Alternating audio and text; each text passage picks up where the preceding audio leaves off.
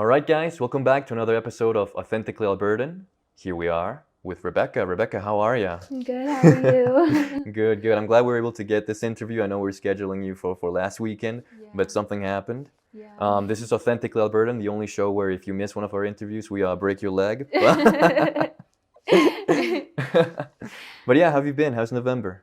I've been good. I've been taking it easy because of my injury. So I think you're gonna have to raise it higher because Yeah. I can't see it. yeah, so I've been taking it easy, enjoying like school and working, but yeah, making lots of jewelry, doing that, seeing friends, yeah, just having a good time. And yeah, what happened? What's the story behind it? Yeah, so in the summer I was camping and it was very dark where we were camping at this point in the night, and there are no bathrooms, so you have to go into the woods if you want to use the There's no bathroom. bathrooms in this camping spot. Was it legal? No, it was legal. It was Yeah? legal. It's called burnt timber. It's like crown land camping. So it's Oh, basically okay. like free land that you can just go camp at whenever. Mhm. And yeah, we go there like every year with our friends, and we've never had like any issues. But we decided to camp kind of near this like cliff area this time. And we've never camped near a cliff area, so I've never had any issues when I go into the forest late at night after I've, Done everything. drinking a little bit. And yeah, I just went out and didn't have a light, and so I wandered off, and I basically just like stepped off of a cliff and like tumbled. How high was the down. cliff? It was like 10 to like 15 feet. Yeah, so it was pretty high, but yeah, and then because it was so late at night, everybody was like having a good time. Nobody could like take me to the hospital the next day. So I just had to sleep there after. And, At the bottom of the cliff? No, like at the campsite. But yeah, and it was crazy, but I'm healing now, so yeah. So it's a PSA for you guys to grab a flashlight every time you go camping. Yeah, always wear a headlamp. And how's it been getting around? Any challenges getting to school and from? Yeah, it was hard at first because I obviously like I couldn't put any pressure on it when I first broke it, and I got a surgery, so You got a surgery? Yeah. So was that bad? Yeah, I had to get like 2 screws put into either side of the ankle. So Oh. yeah, so I had that, and then I had that cast on for like 3 weeks, I think. And so I couldn't walk at all on it, and so I took like my first 2 weeks off school. Yeah. Yeah, because this happened in like end of August, and I was supposed to start school like beginning of September. So it was like kind of a bad time to get injured, but yeah, I'm fine now. Yeah. Yeah, going back to school and everything. School. Yeah. Yeah. Yeah. Man, what a challenge. And what do you do at school? At school, I am a design major at Alberta University of the Arts. Yeah. Yeah, so I kind of do like a mix of things because while you're there, you don't just learn things in your specialized field, you can also take options. So I also kind of dabble in photography at school, and you get to take kind of classes on like different art forms and kind of learn about those things. But most of the time when I'm there now, because I'm a little bit further along in my degree, most of my classes are like specialized design classes. So we learn about like typography, layouts, like logo design, poster design, just like a mix of like different skills that you'll apply later on in your career. What type of software do you use for these things? A mix of different ones. I usually use InDesign, like when I'm designing in my own time or when I get my own clients that come to me, because I specialize more in like posters or like kind of things where you're doing like layouts with text. So I use InDesign a lot, but I also use Illustrator a lot as well. Yeah. Gotcha. Yeah. What would you be doing if you weren't a graphic designer right now? What do you think? If I wasn't a graphic designer, I feel like I would still be doing something creative, something in the creative world. I'm not sure exactly what. I feel like I would like try new things if I wasn't so like set on one thing right now, which is design, because I feel like at school because I'm in school, I put a lot of time into that. Yeah, so like if I wasn't doing design, I would probably be doing any of the other things I do on the side, which is like photography or jewelry or stuff like that. So right now you started with design, which covers a whole lot. What got you there? Were you the art kid back in high school? Yes, I Yeah? was. Yeah, I was super into art all high school. I started out painting, Yeah. so yeah, so I wasn't really like doing any digital art at the time. I started out doing that and then kind of progressed into making like collages, and then after doing like the analog form of collaging where you're like actually cutting things out. I'm putting it together and Yeah. pasting it. Yeah. I got into like doing it digitally. So then that's kind of what got me into like the design sphere and being like, oh, maybe I would like doing graphic design. Yeah. I Mm-hmm. gotcha. Mm-hmm. Yeah. And from there, from high school, was there any inspiration? Was there any mentor who maybe inspired you to pursue this further? Yeah. So like, I had like one really cool art teacher and he was very like chill and like very, very like down to earth with the students. Like he just made art seem like cool almost. Like Cool. yeah, like it was like art's How? cool. Like he was just like art is like a form of expression and it's important and we need to do it basically, kind of like that. Like very, very theoretical about it? Yeah, kind of just like he Or didn't philosophical about it? yeah, he didn't treat the students like students, you know? He kind of talked to you like a person or like if you were going to be like late on like a deadline or something, he wasn't like bothered about it because he was like art like takes time, kind of like instilled that into us and kind of gave us like yeah, like just like inspired me to like keep creating. And then also my dad because he's very like entrepreneurial and like always been interested in like different art and like he's a very creative person in general. So he does like music and art and he started his own businesses. So he always like encouraged me to do all of those creative things and kind of just keep like trying new things and creating in that way. Well, I can see that. Yeah, like father, like daughter. You tell me you're in school, you've got your own business, you've got your own clients coming in and out, even before graduating and everything. Like that's amazing to have. And just seeing that passion, it's really inspiring, you know. Thank you. Beside that, do you also like dabble in other forms of art? You said your father played music. Do you also play music? Yes, so I've always loved music from a young age. I took piano lessons. Yeah. And so I was super into piano and then I kind of was learning like the classical piano style and then I switched to more of like a keyboard style for songwriting. And so I got into songwriting through that and it's like one of my other passions is making music and mainly songwriting. Yeah. I didn't know about that one. Yeah. That one doesn't show up on your Instagram page. No, it's still in the works. And how has that journey been?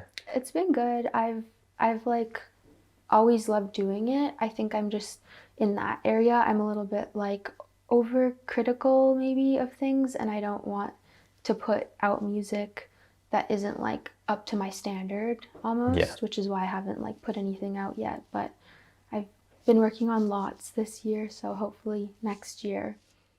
And Hear are there some of any it. other instruments you want to play besides piano? Yeah, I've always wanted to learn guitar. Oh, guitar is Yeah, great. yeah. I love guitar. Yeah, so that's probably at the top of my list. It's just I took a few lessons. It's just hard for me. Like it's At the hard on your beginning, fingers. like Yeah. yeah, check them out. They're like peeled off and everything. Yeah.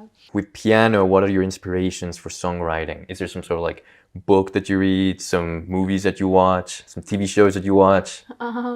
I'm not sure specifically. I would say that like a lot of the time my piano playing has kind of evolved and songwriting has kind of split off almost. Like I don't actually often write songs with the piano anymore. I usually work with like I got kind of accustomed to working over like a beat, like a full-fledged beat now. So I'll usually write with that. So like my piano playing, I usually like kind of just playing like what feels like natural. I don't know if I have any like specific inspirations, but I know like it definitely is what led me into songwriting was the piano playing. So it still means a lot to me. Yeah. Yeah, but tell me about the lyrics that you've been writing. The Like, where do they lyrics, come from?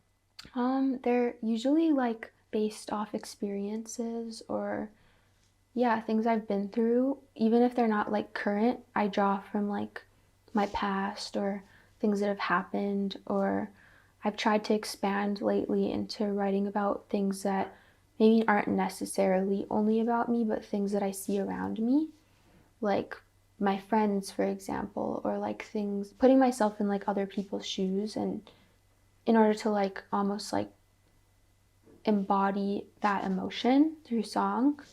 And yeah, so, but a lot of it mostly is like about myself or like things that I've been through. Yeah. It's always good to, share those experiences.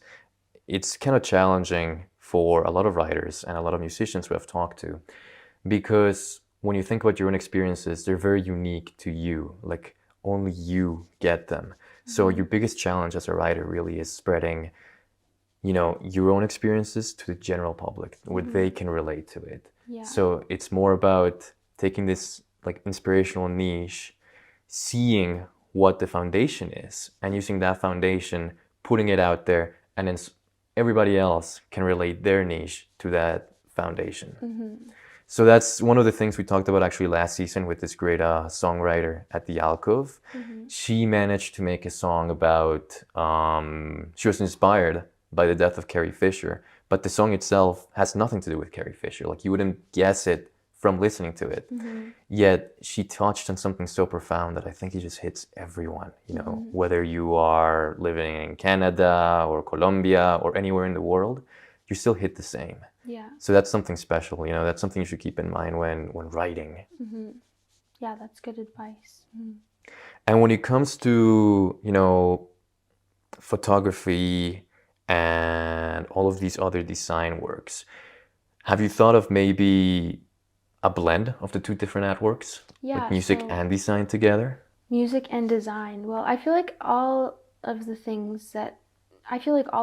things in the art world, they kind of like blend, and like creative spaces blend together, because it's like when you think about putting out an album, for example. Yeah. You Like who's need- going to design it? Yeah, like Who's going to make the cover? visuals for that, and you need marketing strategies, advertising strategies, which are all things that like I've been learning. So I feel like the things that I'm learning right now all kind of, even though they're like their own separate things, and maybe taking on work for clients in those different areas is like definitely what pays the bills, there is also a way to kind of like learn different skills. And I feel like as creatives, it's very important to pick up these different skills so that you can apply them to yourself as well, because at the end of the day, you are the only person who like truly understands your vision. Exactly. And you're the only person who can make what's like in your mind come to life. And so it's very important to me, at least, that like when I'm telling a story, whether it be through songwriting or photography or art or whatever, that I'm like putting myself through that and basically just like telling it the way that I want it to be told. I feel like a lot of the time when you like explain it to somebody else and then tell them, this is my vision, maybe they don't see what you see, in your mind. So kind of being able to like blend all those things together, I think is really important and helpful. Yeah. Have you thought of an artist name yet? Like a musician name? No. I find it so hard. Like it's one of the hardest things for me. Yeah? I've thought about like just going by my name, like my first and last name. But yeah, I can't think of like a cool like artist name, because I'll just be like, oh, it just sounds like cringy almost, or like maybe I'm just not used to it because you're not used to people calling you that or like associating you with that.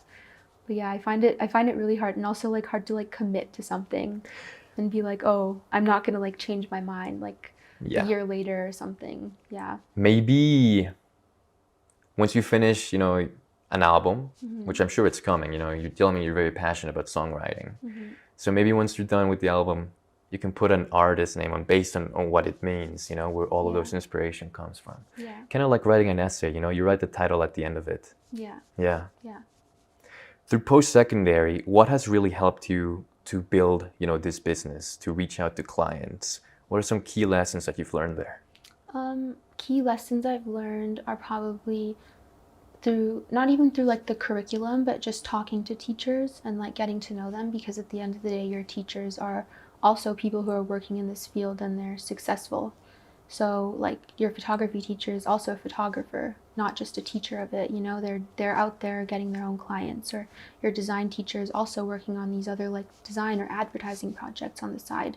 And so like talking to the teachers is where I kind of feel like I've learned my biggest lessons, and they all say the same thing. It's just to like network, basically, to like talk to everyone, to always try and like put your best foot forward when you're meeting people. And you never know when like somebody you even meet in like passing, or like you just introduced yourself to them once, when that could like Lead to an turn into opportunity. something. Yeah.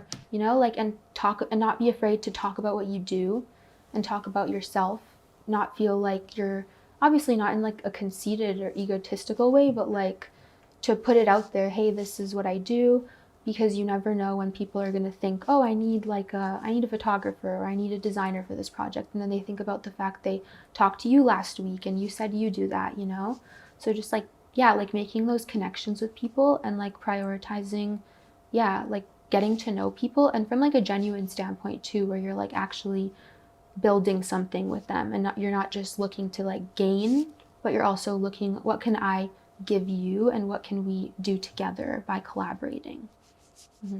Yeah. Yeah, I think that's an excellent, excellent thing to learn at post-secondary.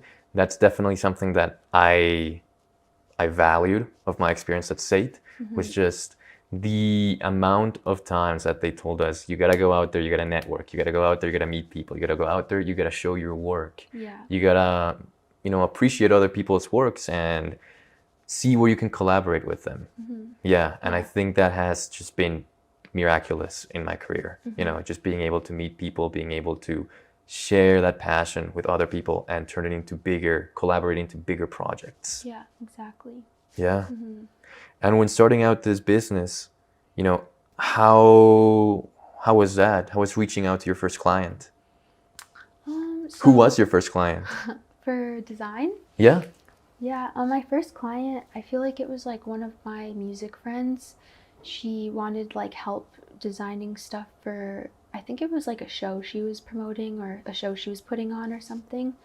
And so she still comes to me a lot for photography and design work. She'll like reach out to me random points throughout the year, and she's very loyal in that way. Like, you should get her a member yeah, card for your yeah, business. I should, because I swear she's like the top 1% of like all my clients. But she's like, yeah, she's a friend, and she basically was just like, she just gave me a chance because she didn't really know what I could do. Yeah. And yeah, and I've developed like skills even through like working on projects for her and stuff like that. But yeah. And what type of designs has she been wanting? Like album, like single covers. Okay. Or yeah, posters for events. She's also in the event sphere. So she works, I'm not sure if you've heard of it. It's called House Party. It's like a I Calgary haven't heard of event it. that also, it's kind of a mix of things. So they're very like music oriented, and then they also have like a market. So she helped kind of like inspire me in that way as well with like my event. But yeah, so when she was organizing that first event, she got me to do like all the promo photography for it. So I did the promo shoot of her and her business partner, and then I did all of the posters for the event. So they like printed them, handed them out. There were like different, like kind of designing like a look for their event. So yeah.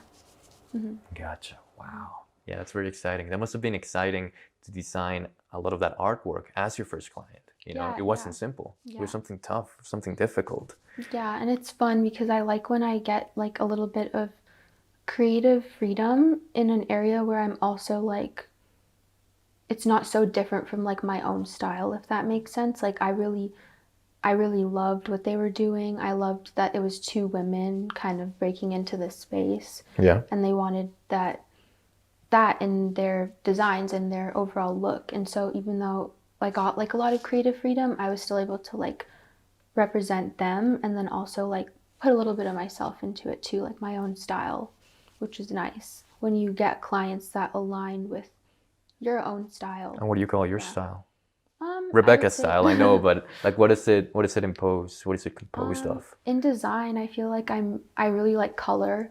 Okay. And also in photography, I really love working with color. It's very like, I love doing like fun things in design. I don't necessarily gravitate towards more like a serious style, more like a fun style, I would say. Like, yeah, just working with color and having like freedom to be more whimsical in things, not so yeah, Bleak? not so serious. Yeah, not so gritty? Yeah, yeah. Gotcha. And has this been something that's been evolving over time or just something you picked up? I feel like I always was like more interested in like, yeah, in like reflecting that fun side through my art and design and photography and everything. I've always been drawn to like creating stuff that is like very reflective of myself, even though it's like whether I'm creating stuff for somebody else's event or whether I'm shooting a model who isn't me, obviously, but kind of just like trying to put yourself into things and make things that if you saw them, you would be like, oh, like I like that. Do you know what I mean? Yeah. Yeah. Yeah, I know what And you like mean. staying true to yourself and your style. Yeah. When did this whole thing begin with that client? Like, what year was it? So the first time I worked with her was probably like 3 years ago, and it was for, I think it was for, it's been so long that I can't even remember how many projects I worked on for her, but I think it was like this thing called ZZ and Friends, and she was hosting like a live show in, I think it was like Regina, I want to say. So it was like in a different In province. Regina, Yeah, in a different province, and because that's like her her home hometown. province, or yeah. And so she like lives here, but she goes there to host this event every year, every couple years. So I think that was the first time. Yeah. And since then, of course, more clients have been popped up, hmm many more people have reached out to you. Has there been one that's been extremely challenging to tackle? I can't pinpoint like a specific client that's been tough. I feel like the hardest is when a client, like the hardest part of design for me when taking on projects is when a client doesn't really know what they want. And so you will try and like, you have to, it's not just your job to design at that point, it's almost your job to like Make it for guess them? and Yeah, like show guess. what they want. So that's when like making like mood boards and stuff like that before a project comes in really handy. Instead of like jumping to the final, you want to like send them some vibes or ideas of what you are thinking before you start working on it. And I've learned that the hard way. The Like, hard way. yeah, Oh from like no. doing like trying to guess and then, And then doing it over and over and over and yeah, and over. then you'd have a million versions and you waste a lot of time because you realize like you've spent more time redoing it than, like you're at the end of the day it's a job and you're not making any money because you're just like doing it over and over so many times and trying to like guess what this person wants. So communication is really important in that aspect. And yeah, and creating like a mood board before the project so that they can kind of see that and then say, hey, that's actually not, you misunderstood what I meant, or even if they haven't provided you with enough information, you don't want to like jump to the final and then realize that you misunderstood what they meant. Yeah. That happens a lot with photography. Yeah. Like I got a friend who does corporate photography, and they loved what he shot, but they brought back one picture that was clean. Like I saw it, it looked clean, but they wanted it to remove more grain out of it, and it didn't make any sense. Mm-hmm. So I know the challenges that come from dealing with clients. Sometimes they've got their vision, you've got your vision. You do the thing for them. They still Yeah. see something that's wrong. So communication is just very, very Yeah. essential in these kinds of cases. Yeah. Very important. But yeah, I can't imagine just doing the same project over and over again, and then again dealing with people who just don't have the vision or the vision wasn't spoken of beforehand. Yeah. But I mean, that was way back then, or are you still having challenges with that now? I feel like that will always happen, like even 10 years down the line. Yeah. Like people are human and they don't always know what they want and they change their mind a lot of the time too. I think your job as like a designer is to kind of guide them and try and guide them. Sometimes the client will want things that maybe aren't like the best aesthetic choice, and because they're not used to working with like these elements of like design, they think it's what they have in their mind that they want. You have to kind of try and guide them and show them like maybe this is actually speaks better to your brand, or maybe this speaks better to the message that you're trying to communicate and things like that.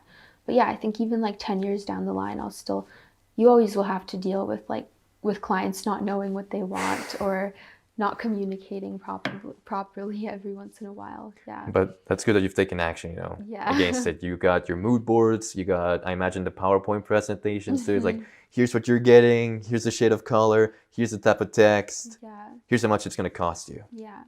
Yeah. And what about that? How do you price yourself? Yeah, so a lot of the time when people ask me for like a upfront quote, I can't really give it to them. I need to hear what your project is, how you're going to be distributing it. Like if someone's just going to be using this one time versus like it's going to be printed a million times, like kind of like considering those things. So a lot of the time I'll have like a meeting with the client before even like taking on the project or accepting it. And I can't really provide a quote until we've kind of spoken about what exactly they need. And then, yeah, providing quote is kind of like after you've done a few projects, you kind of start to learn how long things are going to take you based off what kind of what kind of illustrations they're going to want. If they're going to want you to make like illustrations from scratch, or if they just want you to like do text layouts, like they're very different, and so they'll take you very different amounts of time. So you kind of have to consider those things. And also I always let clients know like a quote is not like the final price, like it's an idea of what I think it'll cost you, but you never know because you also have, like as we were saying and talking about, those clients that will like come back and then they'll change the entire thing. And so You have to you start never from scratch. yeah, and Yeah. you never know when that's going to happen. So you kind of just have to like, yeah, I can give you an idea of how much it's going to cost, but it's never like this is the final, like, but Exactly. until we're Yeah. done, we don't know how much it costs, Yeah. And then, they get back to you. What do you do? Do you charge them again? Do you not? Like, those are some internal struggles that you have as an artist, as an entrepreneur. How do you tackle them? How do you challenge them? Yeah, so one thing I have started doing when working on projects like this is that I will have like a proof, kind of like a proof form.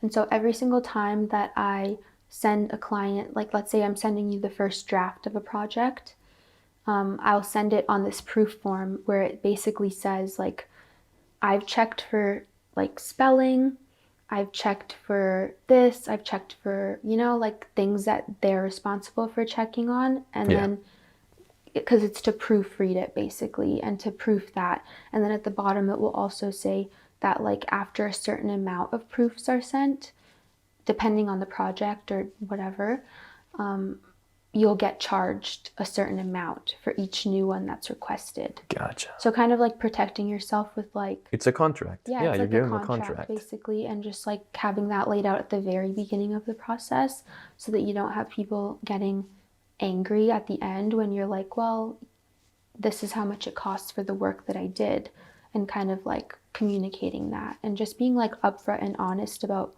pricing and costs, because nobody likes to be like blindsided by a huge like bill. Exactly. Yeah. Yeah. Speaking of design and all of this, and this is happening worldwide, this event, or I should say this change in your industry. How do you feel about artificial intelligence? Well, I feel a little bit scared, but also I find it very interesting, and I think it's going to be very useful. It's kind of one of those things that at first I was like a little bit freaked out by it because Yeah, I it, can imagine. yeah, it feels like, oh, I went to school for this many years and I'm going to graduate soon, and now it's like a computer can just do the exact same thing I did in like 2 minutes. Exactly, yeah. I've Yeah. spent so many Yeah. afternoons on, like, say for example, Bing Image AI, because I got nothing better to do. And I'll just recreate frames from the Shrek movie in medieval style. Boom, Yeah. boom, boom, boom. And it's crazy how fast these things go. It's like 5 minutes, boom. There you have And it's it. pretty accurate too, so Yeah, it's a little scary, but I think that what's going to happen is that we can't like stop that from growing and becoming more popular, and eventually it's going to make its way into like everybody's like home, and everybody's going to learn to use AI. So it's going to be, at least this is my prediction, but I think it's going to be who learns to like utilize those tools and then also assist them in their own creativity. So like us as designers, although we maybe won't be doing everything from scratch, it's kind of about how you are able to like communicate with the AI and like use it and then also tweak those things. So maybe using it for inspiration, using it for mood boards instead of using Pinterest. Maybe it's giving a client an idea of what the final thing will look like, you know? So like helping us also, I think there's so many like opportunities to use it and to not be like threatened by it, but to actually just like learn how to actually use it to the best of our abilities so that we're not behind all these other people who know how to use that. Yeah. Yeah. Yeah, that's exactly what I've been using it for. How do some classmates feel about it? I think everybody's a little bit stressed, to be honest. Everybody feels a little bit like, even from like last year to this year, the overall like feedback I've been hearing based off of it, last year everybody was kind of freaked out about it. I feel like this year everybody's kind of like accepted it almost and started to try to use it. And actually even our teachers have like been encouraging us to use it for like our projects and stuff like that, for mock-ups and things like that. For example, I'm like in this advertising class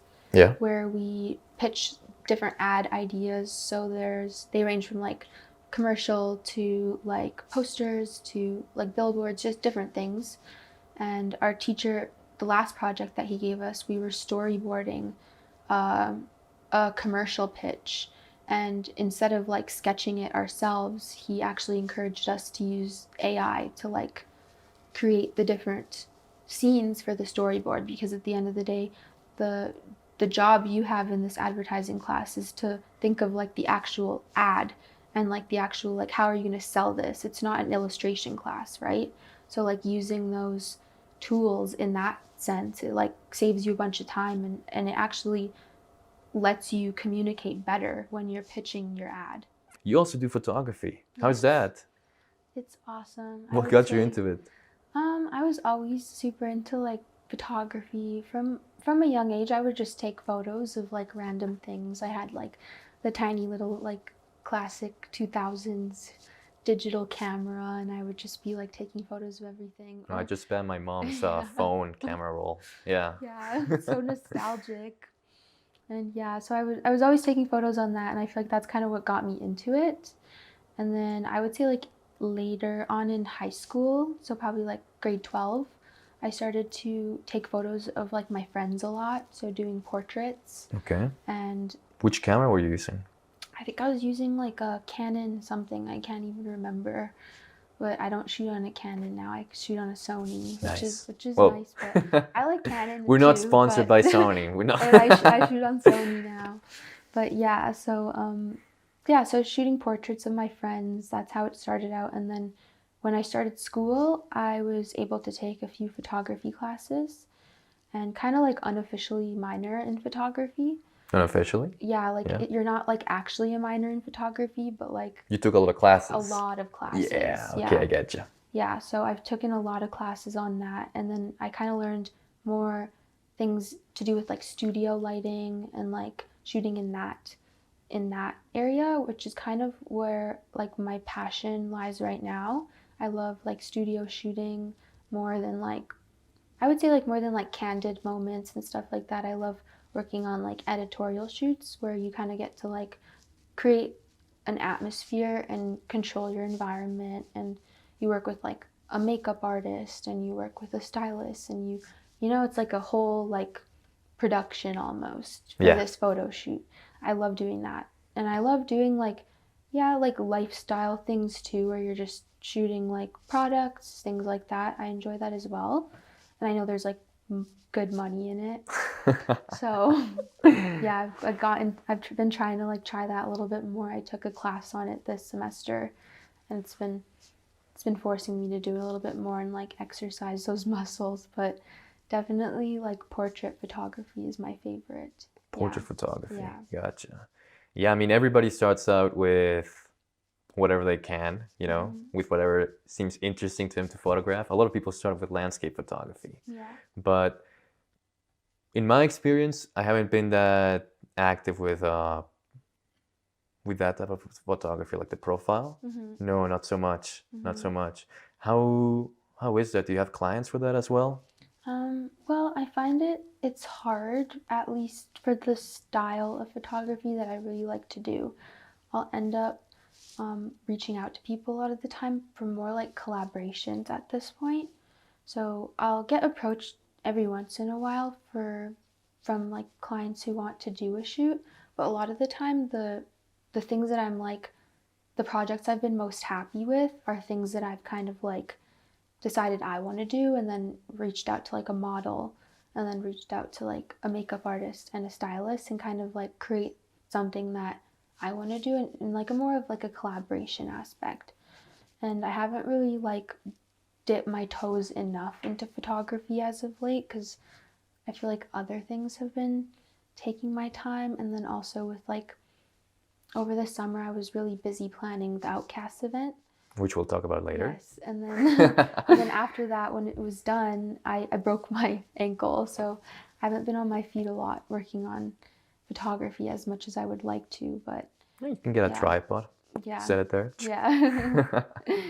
Yeah, so hopefully this year I'll start doing a lot more projects in photography. How have you found that experience like? I love editing. It's like one of my favorite parts of the process.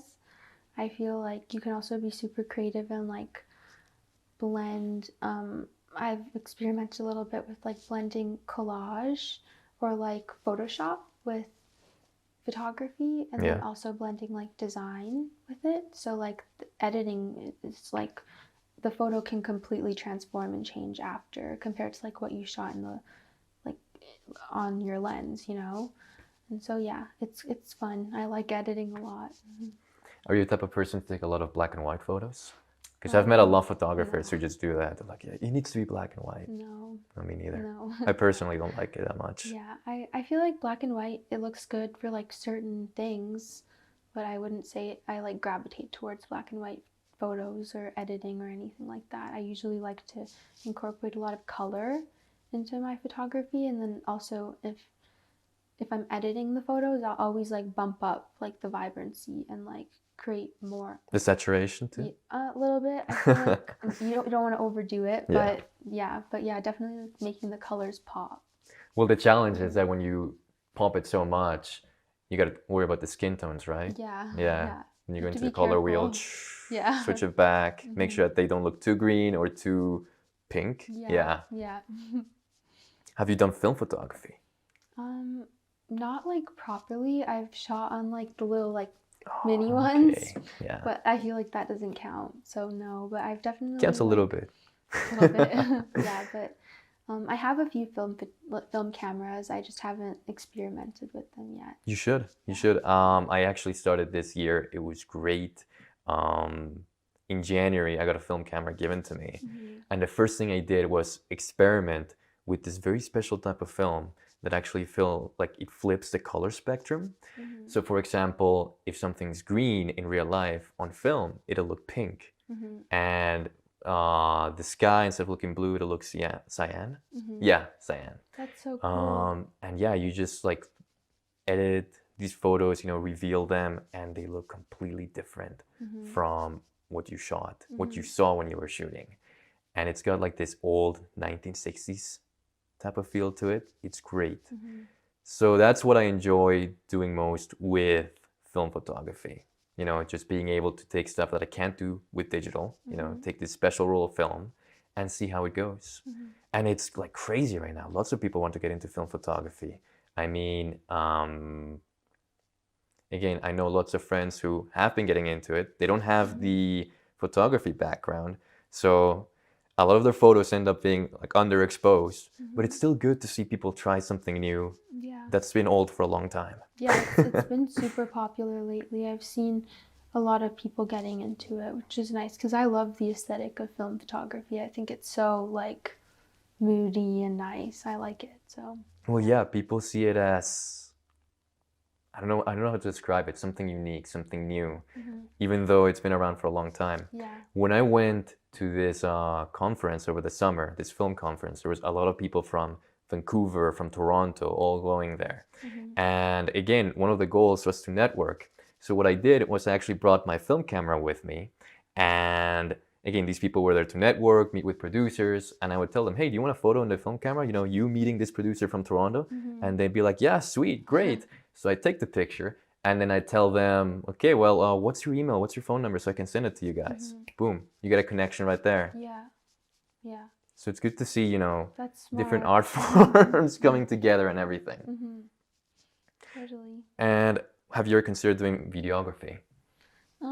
I've considered it, but I feel like I wouldn't like try that now. I just feel like I'm doing too many things and I don't want to take too much onto my plate, but it's definitely interesting for sure. I've always been super interested in like film and cinematography and things like that.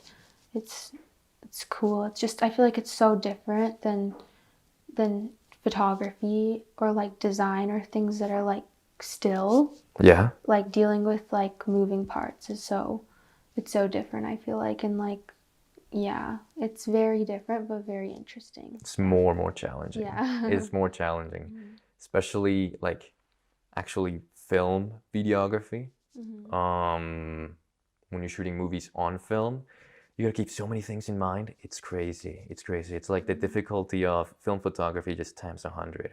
You gotta keep in mind that you can't use LED lights, otherwise the film will get the vibrations. You gotta just keep in mind that everything has to be more exposed, typically, so everything can go through the camera. It's just a lot of challenges, but the payoff is worth it. Very, very worth it. But since you've got like that Sony camera, you could use it for sure for videography. Just do little vlogs here and there, and maybe use some advertising with it too. Casually. Yeah. Yeah.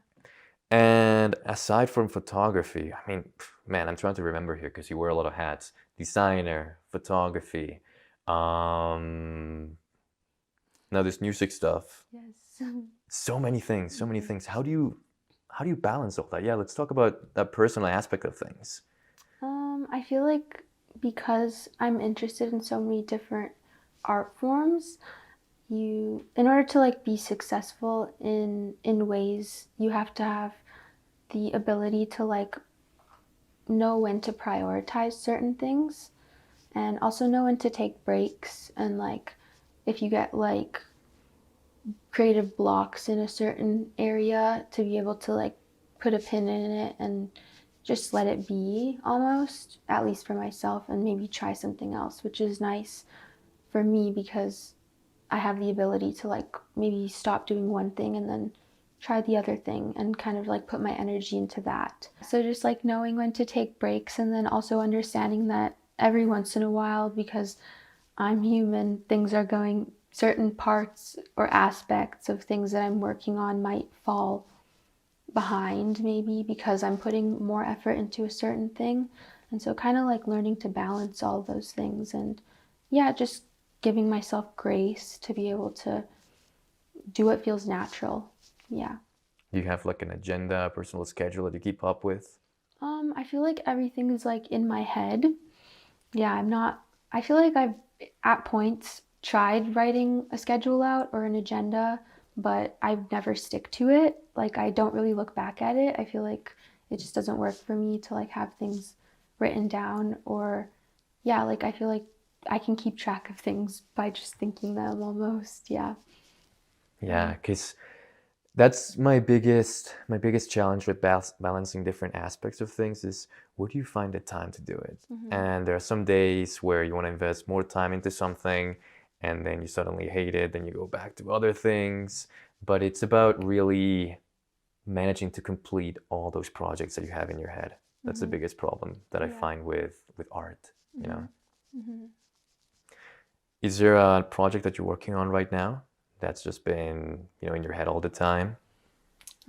I feel like the thing I've been thinking about the most lately is just jewelry, because it's almost Christmas.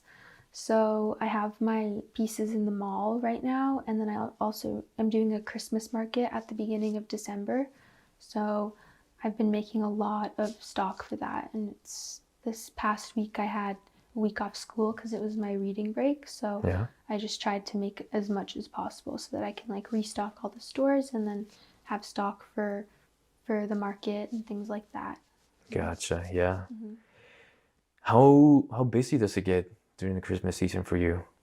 It gets pretty busy. The mall, because I have my jewelry at two stores in the mall, it gets very busy and there's a lot of traffic. So you get like probably 3 to 4 times the amount of sales you would get at any other point in the year. So you have to be prepared for that and like overstock all the stores. So yeah, just be like over prepared because you don't want to run into the problem where like your store is like contacting you and they're like, oh, you're out of stock, and it's like 5 or 10 days before Christmas, and you're just trying to like enjoy time with your family, but now you have to work on restocking, you know? So I try and like over prepare before the peak of the holiday season. Yeah. Do you have any Black Friday sales for your jewelry? Not really actually, but yeah, Fair so enough. not Fair not enough. You're still in school. You need yeah. the money. Yeah, but that's great to hear that, it's busy. You're getting busier. There must be a lot of success in this jewelry business. And Calgary is great for markets. We're just talking about that with another interviewee. Um, yeah, they were just saying that they prepare for these markets like crazy and people go to them. Mhm. We talked about the Lilac Festival, which Yeah. happens here in Calgary. Mhm. Is that something that you've been a part of? Not yet, but I would definitely be interested in being a part of it. It gets crazy. Like the amount of traffic that they get is insane. Yeah. So, yeah, it's just for me, markets are something I like rarely do now because I find it like very hard to just stand there for like 8 hours, and like it's a lot of work. Like you go there, you set up your booth, and then the conversation aspect, it's very like tiring to do. So I try to space my markets out a lot, and because I have my jewelry at the mall right now, like year round, I feel like once I started selling it there, I kind of like took let the markets take a back seat, because at least when I'm selling it at the mall, I can kind of like hand it off and then focus on like making more instead of like dedicating like 8 hours every weekend or like every few weekends at a market. I could be making I could be just Yeah, making you more can make it in your jewelry. stock Yeah, so you don't run out. yeah, so I don't do markets very often. A lot of the time when I like when I do them, it's because somebody I know is running it, or because it's just like something I really support, like Yeah.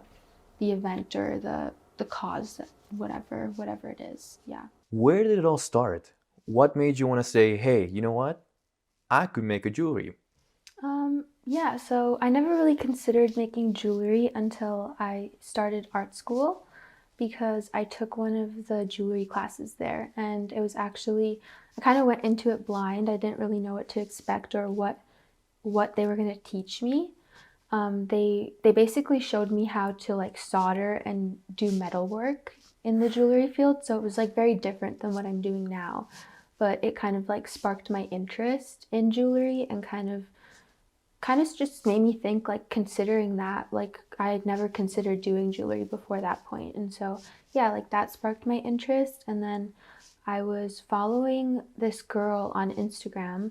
She was just like creating like different like clay pieces, like little tiny cute clay earrings and stuff like that. So it's a bit different than what I'm doing now, but she was posting like videos, and her page was taking off, and I was like, it kind of looked like she was like doing it full time almost. And I was like, oh, maybe I could do something like that. So yeah, so that's kind of where it all started. And what year of university was this? It was in second year. So Second year. yeah, So so it started all in second year. yeah, so it was pretty early on because my first year was online, and Ooh, yeah, that's so brutal. yeah, so it wasn't the best time to like take those type of classes. So I actually held off on taking the jewelry class until second year because I wanted to do it in person, because you're learning how to solder and like use all these different tools. And if I were to do it from home, it would have been challenging because I wouldn't have had like the instructor there beside me, like teaching me how to do it. And then also I feel like I would have missed out on like the aspect of like doing it with a bunch of people who also don't know what they're doing. You know what I Yeah. mean? Like we were all learning it at the same time. So I held off on taking that class until my second year, even though it was technically like a first year class. Yeah. Did you graduate class of 2020? From high school? Yeah. 2018. 2018. Yeah. Oh, okay. Yeah. So I took a gap in You took a between. gap year and then boom, the pandemic came along. Yeah. It's funny because I graduated in 2020, right as the pandemic was happening. All of our tests got canceled, thank God. And yeah, we took online classes for like the first year of university. I took a year at UFC for biology, and legit everything was online, even the labs.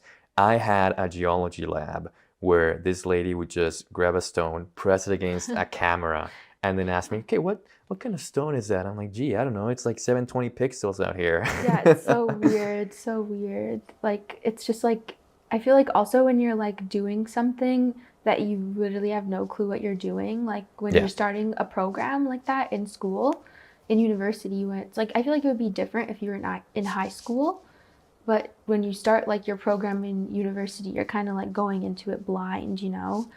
Like you don't know what to expect, and so then like doing it from home is like so challenging. So when you're going into that first year, and I found it really hard to like make those connections with people, which is kind of like the whole point of school, like university at least for me, was to go and like meet people and like network. And so I felt like it was kind of like awkward almost, like how am I gonna make friends like if we're like in our first year. We And made a we're all Discord group online. chat. Yeah, We it was made a like, Discord group chat in yeah. biology, and we just gather in there. Yeah, and then you have to like adjust like that, yeah, and like adapt to what's going on. But good on you for taking the classes where, you know, you actually put in the manual labor afterwards. Because, like I said, those labs didn't teach me anything. Yeah. You teach it by actually doing it.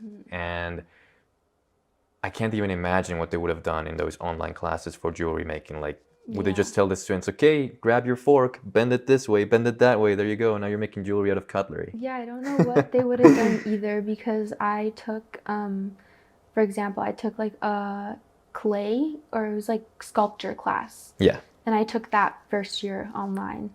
And I ended up dropping out like 3 weeks in, because it was literally like you get this like huge block of clay, and then they gave you like your assignment. You had to build like an abstract form or something, and everyone's just like holding up their like sculpture like to the camera, and it's just like, how are you even supposed to like critique that or like look at it when you can like barely see the details like over Zoom or something? Exactly, you know? yeah. You have to send the high definition images through some chat or whatever. Yeah.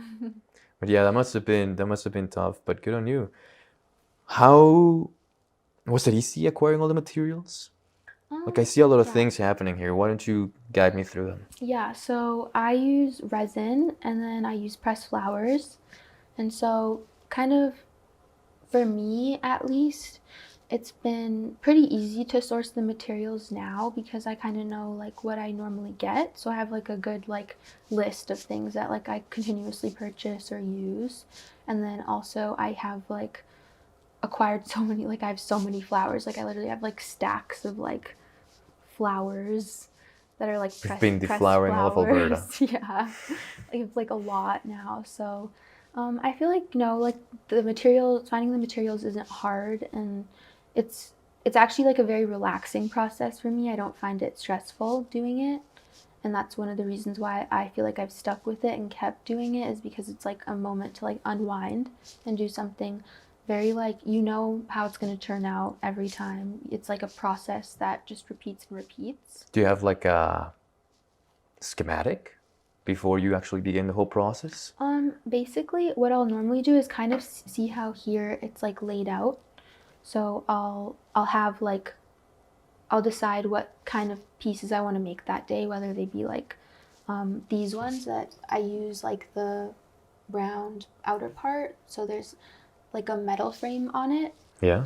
And that's very different than doing something like this, for example, where you're using a mold and you're pouring into the mold and then placing the flowers in. So depending on what I'm doing, I'm Yeah, it's kind of a It's tiny. slightly different, yeah, super tiny. And tiny like molds like this, and then you can make them in like any shape. Yeah, so depending on what I'm gonna be doing, I'll lay out the flowers that I want for that size. So like for these smaller ones, I'm obviously gonna be using like smaller flowers, and then for these ones, I use like the bigger ones. So I'll lay them out um, depending on how many I want to make that day, and then just kind of have like an idea of what I'm gonna do so that I can like speed the process along and kind of have like, like do a batch all at once instead of doing like individual pieces like one at a time. Yeah. Yeah. Yeah, I get it. Wow. Mhm. So you make necklaces, rings. I What's your area of do, expertise? yes, so mostly earrings at this point. These would all become, they don't have the hooks on yet, but they would all be earrings. Oh man. Yeah, so You know, they'd be like matching. So it'd be like these two, for example. if I Yeah. still had my ears pierced from that one episode that we did at the tattoo shop, I would totally put this on. Yeah, they're pretty Just for the big. show. So All right, guys, and thank you guys for watching. We'll catch you later on another episode of Authentically Albertan. Stay authentic.